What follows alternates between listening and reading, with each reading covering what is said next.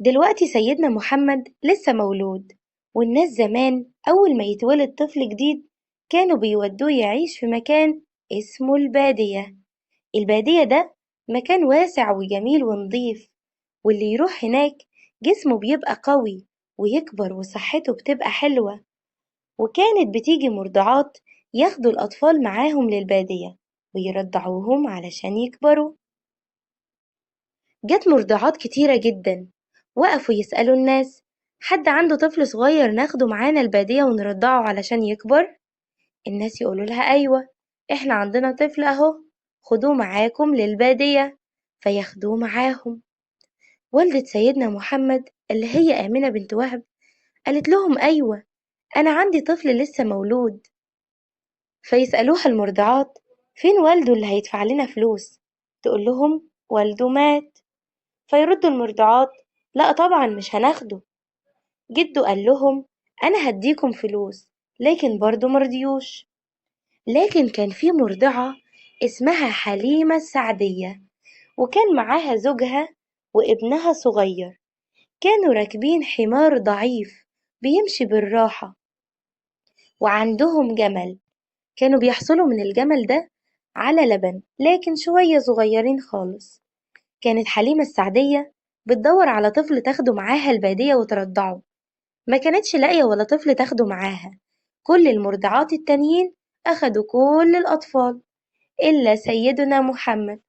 فقالت: خلاص، أنا هاخد الولد اللي والده مات ده. قصدها على مين يا حلوين؟ قصدها على سيدنا محمد.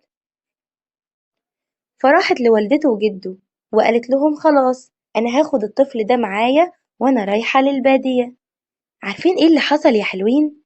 حصلت حاجة عجيبة جدا. أول ما أخدت سيدنا محمد معاها حصل لها حاجات حلوة كتير. لقيت الجمل الضعيف اللي كان معاها، اللي ما كانش بيجيب غير حبة لبن صغيرين، بقى بيجيب لبن كتير جدا. ولما جت تركب الحمار الضعيف بتاعها لقته بقى أقوى بكتير، وبقى بيمشي بسرعة. المرضعات التانيين اللي كانوا معاها كانوا مستغربين، بيقولوا ازاي الحمار الضعيف ده بقى قوي جدا. لغاية لما وصلوا للبادية. حليمة السعدية كانت عايشة في بيت في مكان اسمه ديار بني سعد. كان عندها أرض، بس السنة دي الأرض دي ما كانش فيها لا ماء ولا زرع. والعجيب إن أول لما وصلت ومعاها سيدنا محمد الدنيا مطرت، والزرع الجميل طلع، وبقت أرضها جميلة. حليمة السعدية قعدت تفكر: الطفل ده أول لما جبته معايا حصلت حاجات حلوة كتير. الطفل ده أكيد فيه بركة بتخلي كل حاجة حواليها حلوة وجميلة. وبقت حليمة فرحانة جدا بسيدنا محمد.